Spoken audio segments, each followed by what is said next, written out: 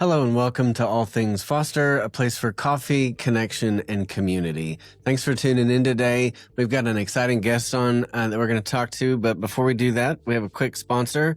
If you've got a teen heading towards college, I want you to check out College Solutions LLC in Amarillo and their lead college funding pro, Angie Grimm. College Solutions helps families navigate the college admissions and financial aid maze, handle funding strategies, scholarships, and even test prep, saving you money and stress. Angie and her team have guided dozens of families through finding schools that fit and keeping retirement and long-term budgets intact while doing it. Want to get ahead and now so college doesn't catch you off guard later? Visit collegesolutionsllc.com and schedule your free consultation. That's collegesolutionsllc.com. And I say this most weeks on our sponsors, but Angie's a great, great lady. We're in a networking group together, and college is so expensive. So if you're thinking about that, be thinking about that. Reach out to Angie, and she can help you out. So today we have Denise Kendrick on. I'm super excited. Denise and I have met, I don't know, a while ago. She and her husband are in Dallas area and just have a great story. And so welcome to the podcast, Denise. Thanks for coming on. Yeah, thanks so much for having me. I'm excited Yes. to be here. So let's start with your foster care journey. So kind of where did that come from? How did y'all decide that this was something that you guys wanted to do? Oh, we got to take it way back. Yeah. 25 years ago. Wow. So, my husband and I are high school sweethearts, and we've been dating since we were 14 and 16. And waited. My parents and his parents said, "Please just wait until you're out of high school to get married." And so we did. About a week after he graduated high school, got married, and basically moved into our first little apartment. We had our first daughter while we were in college. And then back in the day when you could get, I think we put zero down on our first little house. And our Right. interest rate was probably about 3%. I don't even know. Right.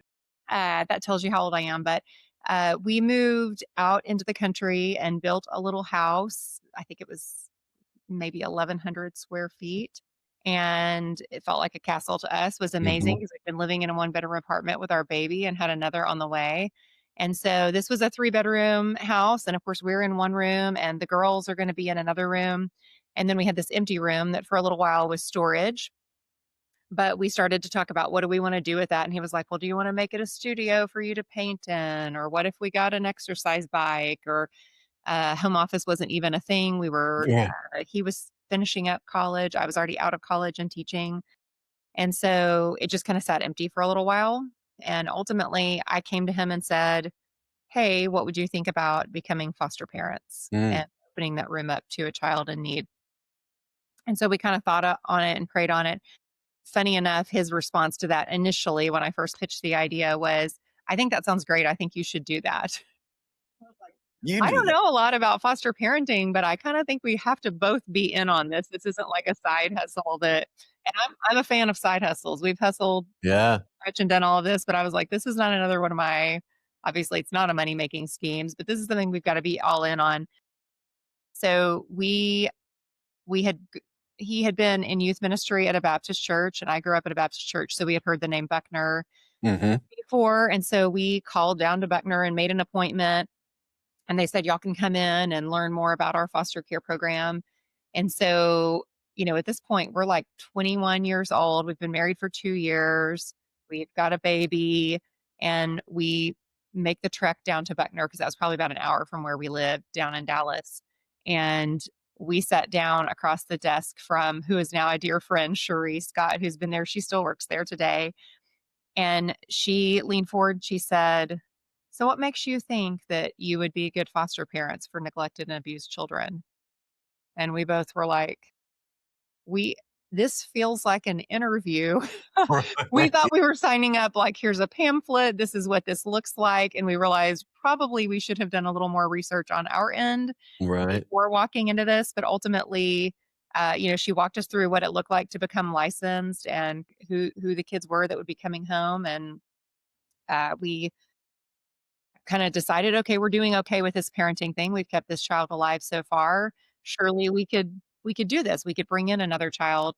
And so walked through that licensing process when our oldest biological daughter was probably, I think she was right about a year old when we became licensed, and set up a room for these little guests and had, a crib in there. We Because we had a little girl, we said we would only take girls under the age of 2, Hmm. which of course means like the first 15 children that we fostered were boys of all ages. Because once you say yes, they'll call you with whoever. Yeah, and then it's like, then you're like, man, I gotta do this. Yeah, I guess so. I I gotta guess do that's what we them. do I now. gotta, yeah. It's crazy. Wow, That's how we got started. that's cool. So, um, so then you fostered for a long time, and then you where did that so where did Embrace, how did that come about? Yeah. So while we were fostering, we would meet other families at this was kind of pre-social media. And so there weren't like Facebook groups out there, or we weren't in them.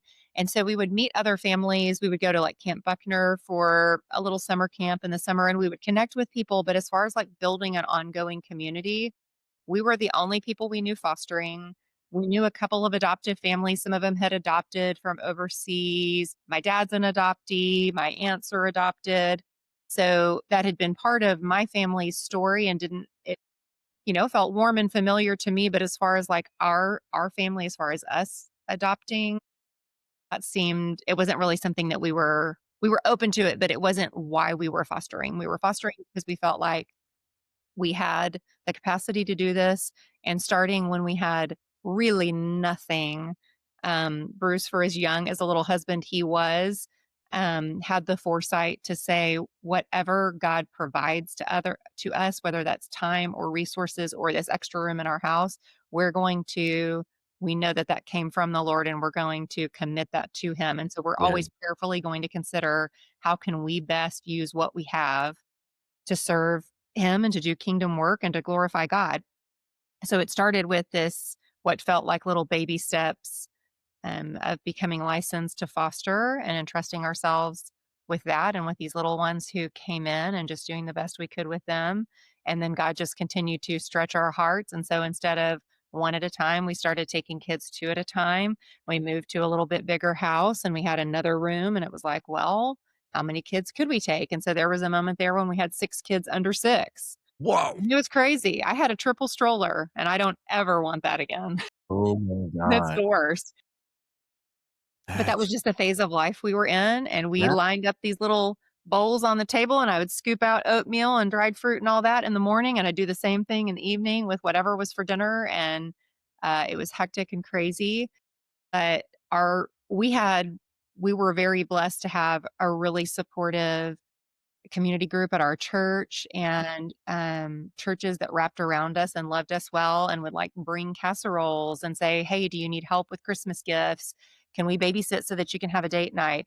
And our families were incredibly supportive through what was really, looking back, some pretty crazy decisions. I mean, we had that's a family growing fast. So when we had 6 under 6, we had 3 biological kids, and then we were fostering 3 kids. And it was one of those things we had said yes to a little girl, and they'd said, oh, she's going home. Mom and dad are trucking right along, whatever. And then there was this emergency placement for these 2 little boys. So we thought they were just going to overlap for like a couple weeks. Well, then there was a snag in her story, and she ended up staying for 6 more months. And so we really had no idea what we were getting ourselves into with that. man, Um, I cannot imagine 606, that's insane. Oh, it was I don't even know, I was a blur, I don't remember most of it, I and of yeah, I course, can I can look imagine. back now with rose-colored glasses and look at our Christmas card that year with these 6 little ones and think it was all great, but probably was a little hairy there. But so despite all of this support, we really felt very lonely in our foster Yeah, care journey yeah. and the needs of our kids. We started from the moment our first foster child arrived. He was exactly the same age as our daughter, and my husband and I are both gingers, and so our daughter is just super fair and has like no hair. She's got just this little glow of red. And just a chunky little toddler. And then we had this little boy who was like, it was like yin and yang, because for as light as she was, he was dark. And I'd push the two of them in a double stroller, and man, we would get some looks in Target I or have no doubt. like, what is going on over here? But I think to us, for that child to have been our first placement, to be the exact same age as our daughter, just within a month of her age, to see how she operated in the world and how connected and tethered she was to us and how secure she was in her attachment and her sense of safety and stranger danger and all those kinds of things, it made his behaviors and his fears and all of that, it was so stark. They were just so, for as alike as they were in the way that they played and some things like that, there were so many differences between them that we realized, gosh, this little person has been on this planet 1 year, and look at how neglect and abuse has impacted who he is as a person. Mm, Um, and so, coming from that, of course, the longer that we fostered, we started to see more and more, and especially as we cared for our older kiddos too, just this huge delta of the importance of safe caregivers and security and stability and consistent food and consistent care, and just the tragedy of what that did to these kids of when they adults had not been trustworthy, they had not been treasured and loved and cared for. um, and so, while our family, we could tell them, hey, we're doing things a little bit differently with this child. And if they say they don't want to participate while we're opening gifts at Christmas, we're going to be okay with that. And I'm going to go sit with them in another room, and we're going to turn on the Grinch or do something different. Like, our families were really open minded and supportive about that. But we didn't know then what we know now. Like, Karen Purvis was writing The Connected Child when we started fostering. right. So Yeah. all of this trauma informed care, the brain science that Bruce Perry has contributed, about exposure and risk and trauma, even while these kids are in utero. In Like, utero. Yeah. It's massive. I mean, I am so deeply grateful for the tools that we now have, and I grieve the time that we fostered and cared for kids that we just did not understand. We knew there was an impact there. We couldn't give it a name. We did not know about attachment disorders. We did not fully understand trauma's impact on their little developing lives. Hmm. And so now my perspective is so different than it was. That it's like we have not all the pieces to the puzzle, but it all fits together, and we can parent so much differently knowing what we know now.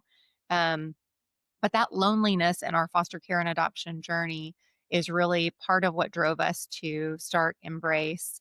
And then I think there was this wave kind of starting where the church was collectively, the Big C church, collectively realizing that, like, somewhere along the way in this orphan care story, like, the church, the body, the people of God have always been the one who have had his heart for the vulnerable here in this, in history. Hmm. And in America, in recent history, our part of this, there's been like this chasm that's slowly built. And Hmm. when I look back, and I'm writing a little downloadable ebook about this, I'll email it to you when I get Oh, it done, cool. called Cool. Where Are the Orphans? Um, and where are the orphanages? Because when our denominationally aligned children's homes kind of went by the wayside, because we started to realize the effects of institutionalization on children Sure. and Yeah. started placing those kids out in families, like, that's a good move as far as the care of children. But then churches weren't coming in and coaching kids and tutoring kids and teaching them life skills and being involved, celebrating the holidays with them, taking kids home for visits. And so this disconnect just started to grow as these kids were dispersed out into the community. And I'm 100% kids belong in families, Yeah, but absolutely. then the church, I think, kind of struggled to connect, and it became this thing where, okay, we send a little bit of our tithe to Buckner or Catholic Charities or whatever, and the individuals and small groups and these bodies were disconnected from the need along the way. So unless you were personally fostering or adopting, or you were helping support someone who was, it was like, well, what is the body doing? Right. Yeah. And because I talk to so many foster parents that think that the church doesn't care. And in my experience, And and I don't know. In my experience, it's not that they don't care, it's that they don't know. They don't know what to do, and so they don't do anything. And then when they're confronted with the need, not everybody responds, but a lot of people see the need and respond. And so, I mean, I don't, I don't think that the church just doesn't care about these kids. I really think it's a matter of educating them and sharing, this is how many kids are in care and this is how many are ready and willing to be adopted just in region 1, there's over 400. And just raising that awareness to say this, and if they do know, they don't know what to do, and so that's where we come along and say, this is how you can support these families. Yeah.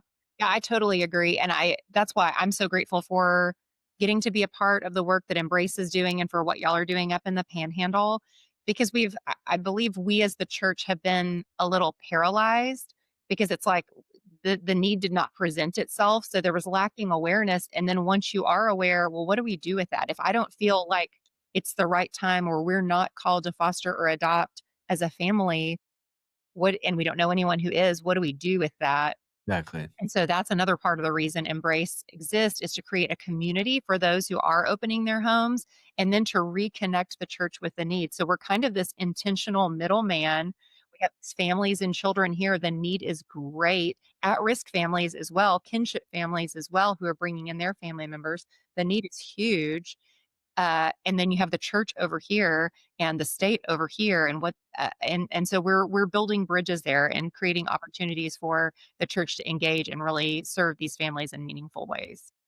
So you said you were walking this journey, you felt completely, alone, lonely. And then so where did this idea for let's start this organization? Yeah. How did that So, happen? um, there were a series of things happening at once that collided in just God's good timing. So we were feeling this loneliness. To your point, we were our lives were raising awareness because people would walk up and go, "You have a baby you did not have last week." We Yeah. became kind of this walking to church and we're like a walking billboard for foster care. And so that in itself raised awareness and we started to see others in our church go, "Well, Bruce and Denise are nothing special. They don't have all these resources at hand and they're scrabbling it together and they're figuring out how they can care for these kids. I think we could do that too." And so it's kind of contagious in that way. But then, whoa, our church nursery was not prepared. Our youth group was not prepared for who was going to be walking in the door. Sure. Yeah. And how to love these kids well. And so, when I drop my kids off at VBS and I get a call day one saying, "You got to come get Mm, little Johnny here. We cannot with him." I was like, gosh, that I felt kind of inadvertently rejected by my own right. church who had loved Yeah. me well through all this because they didn't understand my kids. And this is on my shoulders too, because I would walk in on Sunday morning and drop a kid off in the 4-year-old class and not prepare those volunteers and those teachers. So this is on me too as a parent and caregiver that I should have gone out ahead and advocated for my kids, but Mhm. also our church was just not prepared. Um, and so we started to work with, out of necessity for my family, honestly, Yeah. Yeah. selfishly, we started to work with the volunteers that kind of talk about what this looks like. Like, hey, now we've got all of these families who are fostering, and we may have a child who age wise is 4 years old, but developmentally is down here at like an 18-month-old level. We need to find ways if she needs a one on one buddy children's ministry, help me find that person. I'll train them. I'll talk to them about how to comfort her and her Mm. sensory challenges and all that. Because Mhm. I walked in on a Sunday morning and I had dropped my 4-year-old off in the 4-year-old classroom, and I had a teacher who said she won't sit and listen to the story, and we're all holding on to the little daisy chain as we walk down to chapel, and she won't do that, and she doesn't listen, and she's disruptive, and so none of the other kids are getting to do their little activities and whatever. And I said, "Yeah, I'm really sorry. I know how hard that can be to cope with. I'm dealing with this on a day to day basis."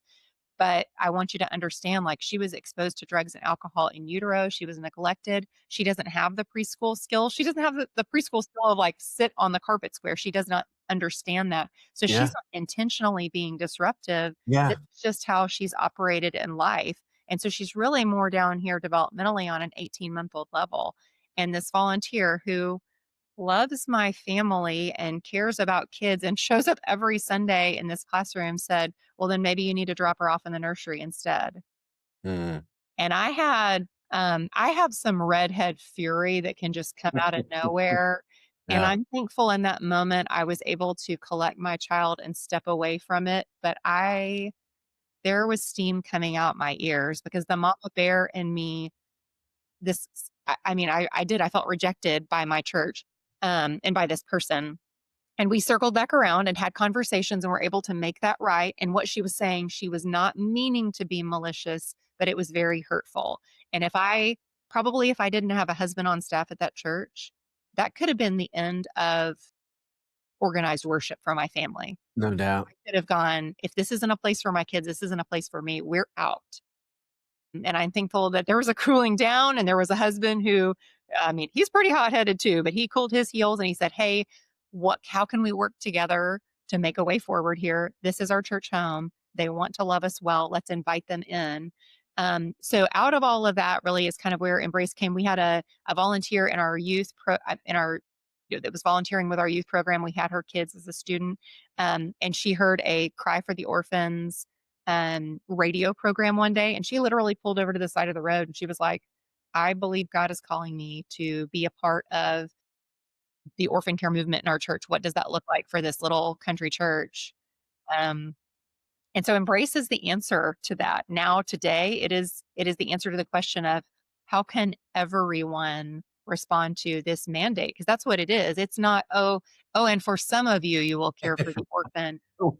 They are our kids. This is Yeah. our community. It's Yeah. not just, that's nice for the Kendricks, that's nice for the Strovins. Like, we are all called to this. It's not if we should be a part of it, it's how. And Right. we have to, Care for widows and orphans. This is true religion, right? I mean, this is there. It's not. Yeah.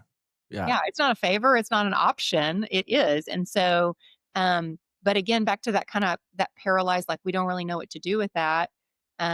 So we started to create answers and say, hey, what would it look like if, again, there was a buddy available for kids who have special needs? Like that doesn't just serve the foster care and adoption community, that serves everyone. And I'm a big fan of the Johnny and Friends ministry. If you've not looked into that, it looks like Joni, Joni, Johnny and Friends. Mm. But it's a special needs ministry, and they teach churches how to invite those with disabilities and their caregivers in because they're this huge unreached people group, and a lot of those folks who are caregivers do what was my instinct in that moment, which was like to pull away from somewhere that you don't feel welcome or you don't feel as accessible to your family. And so we just started to look for ways to create those opportunities within our church. And then it was like, okay, well, what if we did like a little parents' night out and we babysat because we know that foster parents have a hard time finding childcare, and that's a big reason that they burn out is they don't ever get a date night, they don't ever get adult conversation. So what if we had this little respite night? Well, we did that, and once the word got out, the registration was full like within an hour. Yeah. And then we made more room and it was full again, and it just continued to grow and grow. And people who, I mean, happily it served not only the families within our church, but there were folks who would not otherwise darken the door of a church. You give them 3 hours free babysitting and they're Yeah. going to They'll come, be they're going to there. learn that. And then we got to invite them to what was now a more inclusive vacation Bible school, or, hey, we'd love for you to come worship with us on Easter. What are the needs of your kids? Can we welcome them into our children's ministry or youth ministry? Um, and so much of what Embrace started off with and grew into were needs that we felt as a family and other foster and adoptive families felt. And then the I mean, it became more apparent as registration. We had a waiting list for all of these support groups. We had a dad's group, we had a mom's group. We started to do a little mom's retreat and just listen to foster and adoptive and kinship care families in our Hmm. community and caseworkers and CASAs. What is the need? And then figure out ways to kind of stand in these gaps and meet those needs as the body was designed to function. For sure. for sure. And so what all are you guys doing now? I mean, so the you launched Embrace in 2007, right? Mhm. Okay. So we're, what is that? Almost 20 years. Almost 20 years. That's insane. I So know you what can't all tell I've been at it that long. Yeah, all right. I'm starting to get some gray in here. So what all are you guys doing now Okay, with Embrace? I feel terrible because I don't have a scatter shot. I mean, I don't have an elevator speech about Right. what Embrace does that was like, Yeah. well, in 5 seconds is what we do. Yeah. And I could talk about this all day, but I realize No this doubt. podcast is not like a 12-hour marathon. So I'm going to try to be very brief. But when I talk about us identifying those needs, what we ended up doing are these specialized things, but they're a little here and there. But it was because we looked at what are the needs in our community, are there people already doing these things with excellence that we can get in behind? So we're not Mhm. short a lot because we have an amazing CASA presence in our county. Every child in our county has a CASA volunteer. Holy That's a big smokes. win for kids. That's That's a big amazing. so Yeah. we're not going to try and fill that role that they're doing, Mhm. or duplicate efforts. And so a lot of what we do is raising awareness. So we have a portrait gallery that we move from church to church, similar to Art Gallery, if you've heard of that. Well, I know you have heard of that, but I mean, Yeah. general public, if you've heard of Yeah. that. So, and we come in and do informational meetings. We participate in, like, if a church is doing Sanctity of Life Sunday, Stand Sunday, Orphan Care Sunday, any of that kind of stuff. We avail ourselves to kind of help raise awareness or come in and speak at churches, and we coordinate the collaborative of child placing agencies in our community to make a unified voice for, hey, this is the need, to your Mm. point about how many kids are waiting for adoption. So getting the word out like that, and then for those who step up and say, yes, I want to open my home, we have created just, I mean, I would call it sanctuary for those families, places where they can come in and feel safe and seen and like, just, we belong here. And Yeah. so that is support groups, it's retreats for moms and dads. We do a lot of what we call kind of accessible family outings, because what we hear from our families is they're grieving the simplicity of the life they once had. They're committed to caring for all of these children, but it's still a little sad that we don't just throw the kids in the car and go camping anymore, or go to the movies, or the things we used to do with our church or family don't aren't a good fit for us right now in this season. And so we have big family picnics, we have a camp out. We started a camp out, I think this is our sixth or seventh one. And it was like, hey, if we could, because families would go, gosh, I would love to try that. But my kids, like, I've got a child that has mobility issues. I don't know how to cook over a campfire, which I was like, no one is actually doing that anymore. We're Yeah. electric skillet with us, or we're, whatever. Um, but anyways, there were all these barriers to what could be a fun childhood experience. And so the first year we thought, okay, we get 60 people to come out and camp at this state park. That would be great. Well, now we take almost 400 people with us. We rent out an entire state park and we feed them all weekend, and we just smooth those obstacles so that families can just show up and partake. And they show up obviously in mass to Mhm. get their kids out of the house and let them, we have a team of amateur anglers who come in and bring all these fishing poles and teach kids how to cast and how to reel in a fish and how to, bait a hook. And we have canoeing and out orienteering stuff for the big kids. We have a law enforcement team that brings out a drone, and the kids get to drive this. Mm. I think it's like a $20,000 drone. I don't even know. And Right. they hand the joystick to these kids, and I'm like, oh Yeah. my gosh. Insurance will cover that if they Yeah. break Oh, okay. it. Thank you. But we have, and so then the church is engaging in that way. So we have small groups who are coming out and they're grilling hamburgers and hot dogs. And we have families that come and camp with us for the weekend, and they make it kind of a family mission trip to come and serve. And um, we get to see, and people who put together craft kits. We have a community of adults with special needs here in the McKinney area, and they decorate posters, welcome posters, so that when every family pulls up to their campsite, it says, welcome Kendrick family, welcome Mm. Jara family, welcome, Williamsons. Um, and so we just get to see what is possible when the community rallies around families, and then just get to cherish. I mean, just it is a little glimpse of heaven. I think this, like, makes me teary thinking about the magic that is this camp out where these kids are like romping in the woods and sword fighting with sticks and doing all, digging in the All dirt, the time. all the Yeah. things Yeah. do when they're outdoors, and these families get to be a part of this, and they just get to like exhale because we've dotted all the i's and crossed all the t's and made it to where they can just roll up and be a part of it Yeah. amongst our people who get it. Well, and that's I say this a lot on the podcast, but we do better in community, and when we're around folks that have similar thoughts and beliefs and things like that, like life experiences. I said it last week with a gal that I was interviewing, but I have not raised a child that has autism, and so I have one of my best friends has twin boys that he raised that have autism, but I haven't raised them, so I can't really speak into someone who's raising a kiddo with autism.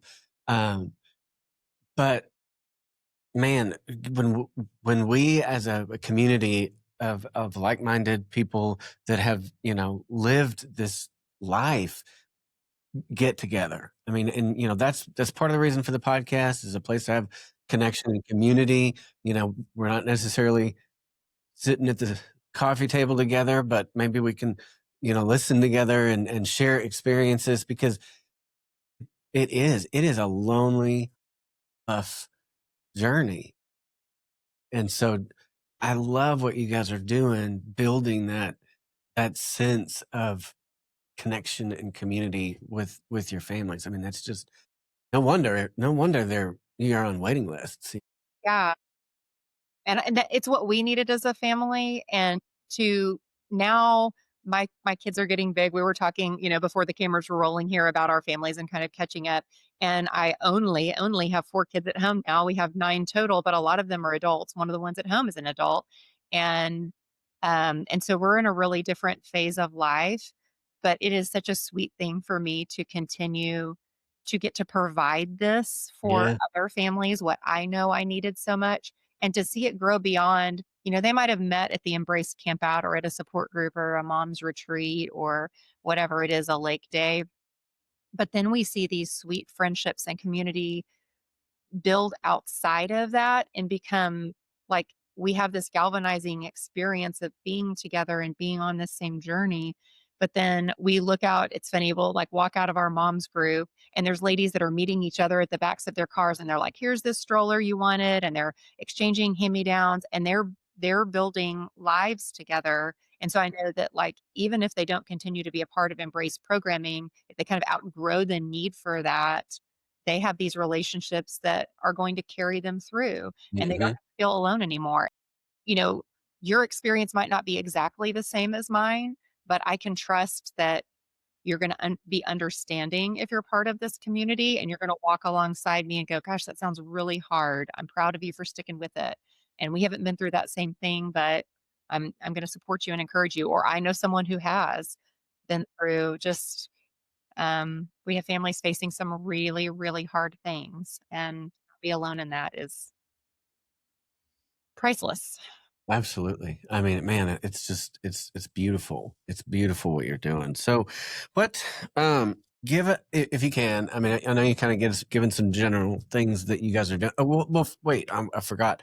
Let's talk about Cullen House. Oh, yeah. Well, I'm sitting here in Collin House right now. And so if you're watching the video, but so our state is if you're kind of new to this scene in foster care and adoption, the from a high level standpoint, and I know you've talked about this on the podcast before, and I've seen it in your emails too, but we're region by region privatizing. And so your region has a different private entity running foster care than my Mhm. region does. Yeah. Every region has somebody, somebody different kind of taking over the foster care system. So while law enforcement and CPS are still doing that investigations piece, from the moment they remove, really, it's handed off to, in our region, it's Empower, but a privatizing agency. And so, as that was rolling out across our state just about 4 years ago and coming towards our region, and we have this federal lawsuit against the foster care system. Our legislature rewrote the definition of child abuse. We ended up in this moment in this perfect storm where what was already a system that was limping along and really failing children. Um, our foster care system came to a crisis point. And Yeah. so one And night, it was basically, like, right in the midst of COVID too. yes, yeah, yeah, Yeah, yeah. which just made everything worse. Yes, which I wish we could entirely blame it on COVID and go like, "Wow, look at how far we've come," but clearly not. It was definitely a No. contributing factor there, and so Yeah. all of that's coming together in this perfect storm, and there was one night where 500 children in Texas were sleeping either on the floor of CPS offices, in the back seats of cars, or hotels, like, just an unacceptable level of disconnect between kids who need a safe place to go and families being available and open, and it was catastrophic. And so we Yeah. saw that building, building, building, and, we have great advocacy centers here in our area, but they couldn't shoulder the load, and kids shouldn't be our CPS was officed there, and so kids were o on every surface, sleeping Mhm. and waiting for placement in what is the most traumatic moments of their life. Um, and so as that started to build, we as Embrace are going, okay, things are shifting. We need to pivot and be available to meet the needs. So when kids were in hotels, we started a meal train and we had people who were from all across the community that were cooking home cooked meals and Mm, delivering them mm, to the workers and the kids. And it was a band-aid for the situation because they were just eating garbage. We had we don't get a lot of snow down here in Dallas, but we had snowpocalypse that happened in that time when we were like without power for a week. I personally, my mm. job was out. We had kids snowed in and stranded in CPS offices, and they were just like microwaving ramen noodles. Like workers couldn't come and go. It Yeah. it it was crazy. Um, and just unacceptable. So we rallied uh, lawmakers and city and county officials and CASA and our advocacy centers and churches and got all of these people in one room. And it's kind of sweet. We have like a little historic village. We're in kind of a historic part of McKinney, downtown McKinney. And there's like this where they brought in all these little old houses and stuff that they preserved. And so there's a chapel, there's an old church there. And that's where we had this basically like town hall press meeting, whatever, I don't even know what to call it. And Mhm. we had reached out to all these folks and said, "You might not realize this is happening, but this is what's going on. You need to know what children are enduring," and kind of pulled back the curtain on all that and challenged our community to say, "What are we gonna do about this?" Yeah. And we didn't have an answer in that moment, and so we kept putting our heads together and collaborating with others and kind of trying to figure out what our next steps were, but ultimately what came out of that was that we needed a place for children without placement while they're waiting for placement to go that's safe and home-like, and so we rallied and raised the down payment for the house I'm sitting in, and, I could share some pictures with you, but it's just a really sweet historic home that has several bedrooms and bathrooms and is laid out. The common spaces are really big, and so that's a resource that we now provide at no cost to the state. So whether the kids are with Investigations Unit or Empower, we get they can come and stay here, and they're Yeah. supervised 24 hours a day, but it's homey, it's sweet. We have bunk rooms, and it just is. I mean, I'm just going to turn my camera here, like Yeah. decorated Oh, for Christmas in here. yeah. I'm only in here because there's not kids home right now. If there's kids here, we don't come into the house, but Yeah. just a place where they can decompress and kind of reset. And the outcomes we're seeing from kids who stay here at Collin House are better than kids who are in other situations. So like um, we hadn't been open for very long, and we had a little girl that was released from juvenile justice, and she had an ankle monitor on, and she had some pretty significant charges hanging out there. And so that's a hard yes for a foster parent to go, yeah, bring her on over. We're Yeah, ready. sure. Yeah. Um, but she stayed here. She stayed here for a couple months actually, and she started Wow. a job and she was going to school, and some of the legal situation was resolved and the ankle monitor was off, and she was just in a place to where she really could be a functional member of a family. And so she left here and was able to join a foster family instead of going to an institution or something, instead of going to some, residential treatment center. And so that's a new program. It feels new to us. We've been doing it for 3.5 years now, but so that's something else that we're contributing, a new piece of what we're doing as far as the child welfare landscape in our community is Yeah. You providing know, foster house. do you know what the offhand, and if you don't, it's okay. The CWAP kids right now, like what are we averaging? Couldn't tell you statewide. We're in a real weird moment. What I will say statewide is we have like around 17,000 kids in foster care. And I know that sounds big, but the background on this. Like there have been times when we've had 50,000 kids in foster care. So the numbers of children in foster care have dropped dramatically. Which I would love to think, oh, wow, humanity, we're just doing it better. People are not abusing and neglecting their kids. But the truth of it is, kids are staying in more dangerous situations. Longer. We've raised longer because we've Right. raised the bar for what it Yeah. takes to remove them.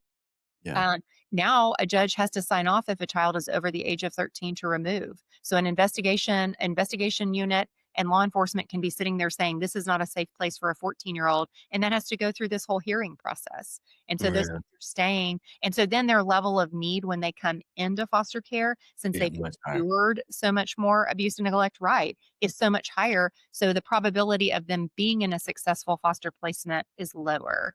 So this is the momentum with which all of this is moving. It feels like we're circling the drain. I wish I had encouraging or positive things to say, but I'm terrified of what's ahead with where we are because these numbers being this low, we're going to see kids endure unspeakable abuse. We're going to see kids die because they haven't been protected by our foster care system. So CWAP numbers are down, and CWAP is just, but an abbreviation for children without placement.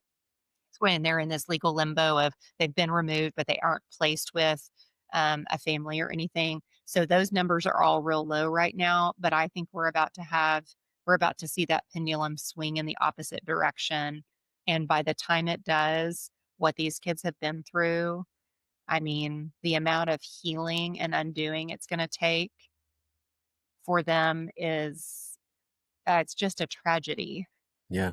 And we're meeting with lawmakers. We spent several hours with uh, Angela Paxton 2 weeks ago, and we're reaching out and just taking what we're seeing here on the ground and saying, you need to be aware of what this looks like in the Mhm. lives of kids and foster families.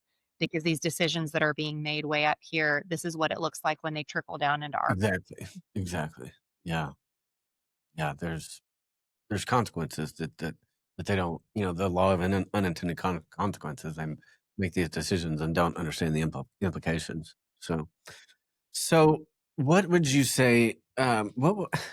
Give some encouragement to some foster families that are listening to say, hey, just what would you say if you were if I'm sure you do this probably most every day, but you're sitting across the table from somebody that's fostering. What encouragement do you give them? Gosh, more than ever, we need you. These kids need you. And there was a time years ago, the foster care system has never been fun to navigate as a foster family. It's always been, oh, the paperwork and the locking up of the diaper cream and the, oh my God, we had to get rid of our trampoline. All those things have always been, and then just the needs of the kids, a heavy burden to carry. But we had foster families who would say, this is really hard, but you, friend, neighbor, sister, you can do this too. Yeah, Will you come along with me? Will you consider opening your home? And what we're hearing foster parents say is after this kid, we are closing our doors.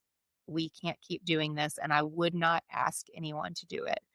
And so, my encouragement would be that this season that we're in, as our state system is changing, the kids are still who they are and their needs are greater than ever. And foster families, I would beg you to stick with it and to ask for help and to be vulnerable. And when I was a young little foster mommy, I didn't know it then, but I know now I was very prideful. And I allowed pride to be a barrier to accepting help because I thought, ugh, I have been called to this, me and my family, to this holy task of fostering. And that if I accept help, I'm somehow admitting I don't have everything these kids need. I can't do it alone. Well, dummy, Denise, you can't do it alone. And God exactly. didn't ask you to. and he's not glorified in your suffering that you're putting on your own shoulders by declining childcare, by declining help, by declining, by scrabbling together Christmas for your kids. Like, he's not impressed with that. He didn't ask for that. Yes, he invited you to be a part of this kingdom work, but he didn't ask you to do that in isolation. And so I really had to fight through my own sin nature and my pride because I was cutting other people out of the blessing of being a part of these kids' lives. Mm. And I was keeping these kids from more examples of safe, loving adults by feeling like I needed to do it all by myself. That's like a Yeah. toddler. I can do it Right. all by myself. Like, who did I think? I mean, who do I think I am? And I cannot tell you what a difference it made when I let down my guard and I admitted to others around me, like, I can't. I'll tell you what almost broke me. We did Awanas at our church, the Uh, little scripture yeah. Well, yeah. memorization. It's a great program, but they do this little like Pinewood Derby thing where everybody has to show up with a little wooden car. And it Yeah. nearly put me in my grave because I was like, I don't have the money for this. I don't have the time to sit down and help these kids shape and sand and weight and put wheels on these dumb little cars. And I was literally losing sleep over it. And I vented to someone who went, well, like, me and my husband will come over and help the kids build their Oh, cars. yeah. And I just, like, this was an epiphany for me. Why do I keep doing this? Why do I keep painting myself into this corner when there's people who would find joy and would love to contribute to these kids' lives in that way? And so I just went, okay.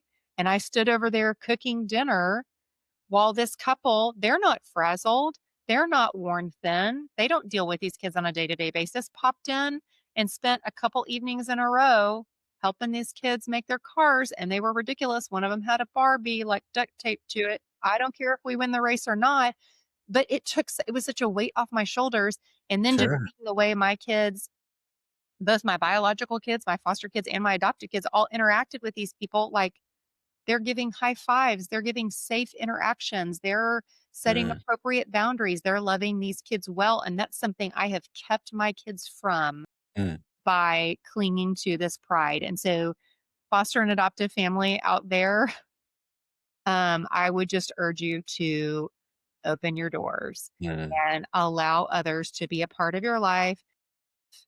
Getting that kid to jujitsu or soccer practice is making you want to pull your hair out. Find someone safe to help you with that. And if that allows you to have one-on-one time with a child that needs more of your attention, do it.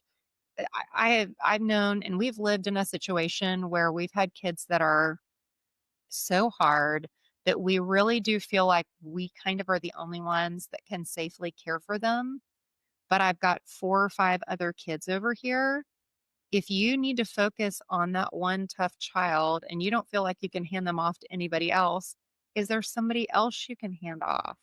Can you send these kids to grandma's for the weekend? Can you have a friend take those kids for the afternoon so you can give this child the one-on-one care they need without feeling like you're, planting these other kids in front of the TV because this child requires so much of your time. Like, don't live that way. You haven't been asked to. And just accepting you can't be everything they need.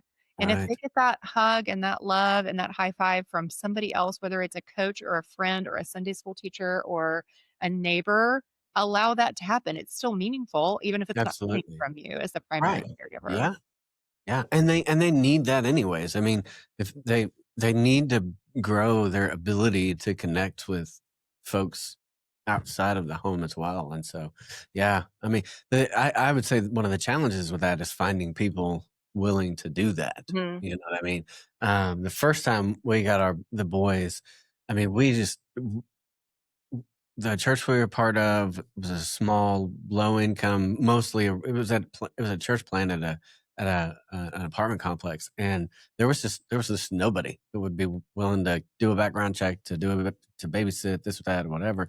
Whereas the second time around, we just had people. That's where the idea for this organization came from, was just people helping, but trying to a lot of times trying to find somebody who's willing to, and that's why things like the date nights and the camp and stuff like that is so stinking important, because it's I was talking to somebody the other day, and they were like, they have some friends who are fostering, and she wanted to keep them and stuff, and she was just, like, blown away at how much she had to do just to be able to keep them and stuff like that, and so that's a challenge, and that's where, you know, putting together some events where families can feel safe to say, "Hey, I can drop these kids off." We we have a couple churches that have done date nights, and I was going to speak at this church to, it's kind of a yearly thing or whatever. And I had a couple of friends that had participated in the date nights do just a video on the phone, talk about how important the date night was.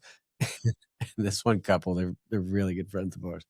Um, they get on there and they're like, "Yeah." So the first time we had the kids, they've adopted 3, and they were like, we'd had the kids about 6 months, um, and then we go and do this date night. It was the first one, and so we take the kids and drop them off. And he said we went to the Walmart parking lot and slept.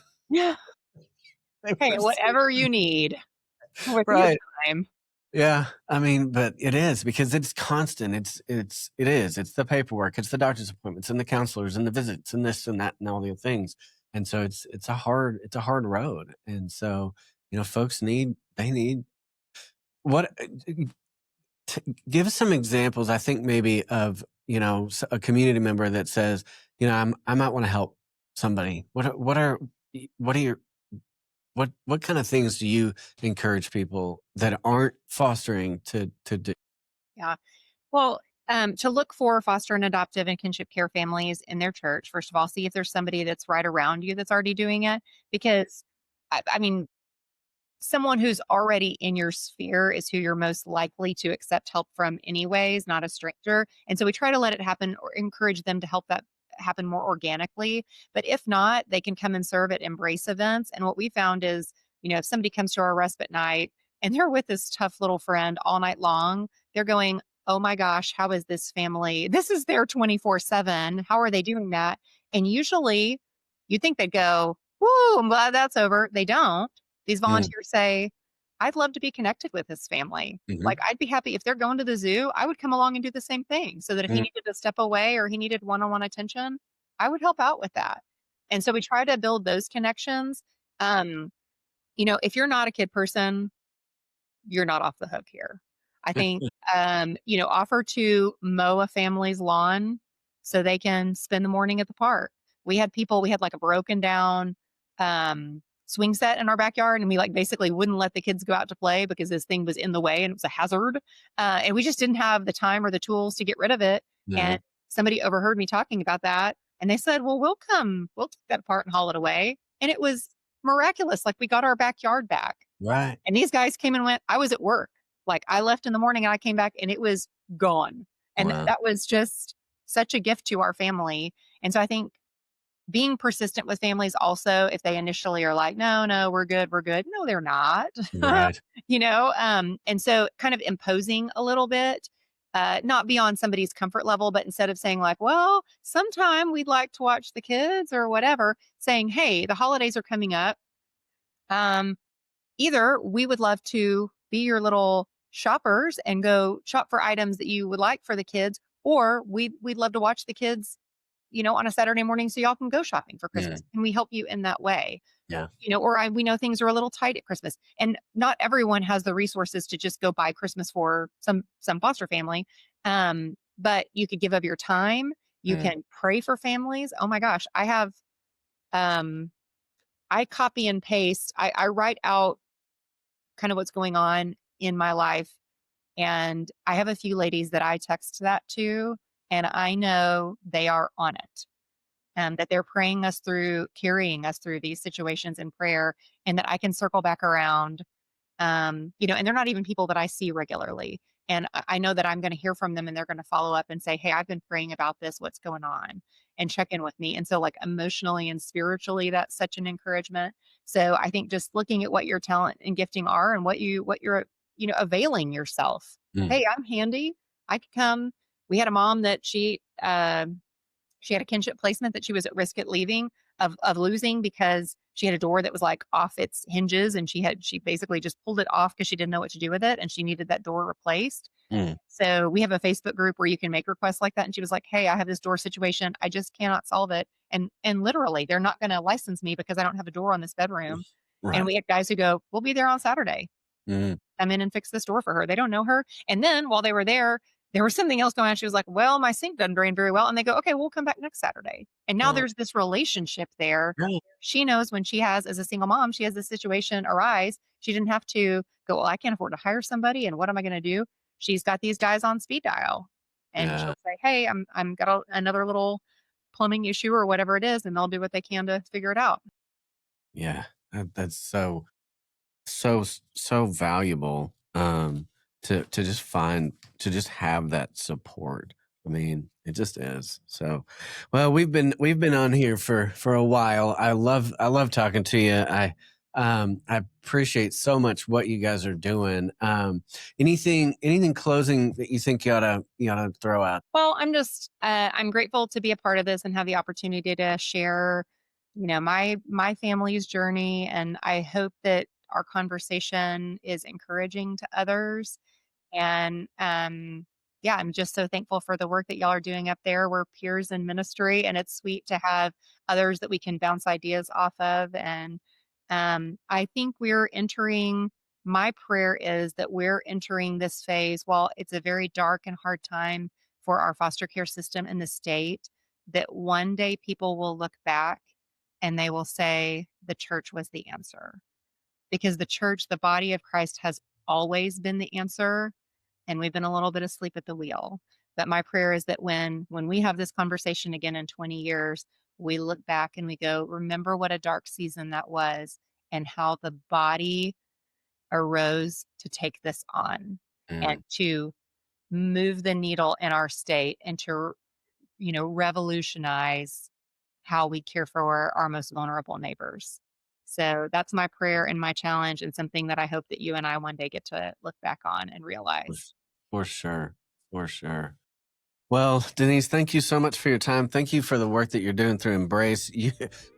As you're talking, I'm sitting here thinking, okay, can we do that? Can I do that? I'm figuring a way to Have to do take this. care of the blueprints, there's much So, work to be done. I love it. Thank you so much. And guys, thanks for tuning in. Make sure to like, subscribe, share this episode. And next week, we are going to have the executive director of the Amarillo area CASA on, kind of talk about what they do. So be sure to tune in. And thanks again to Angie for your sponsorship of this episode. And have a great week. Thank you. Thanks so much.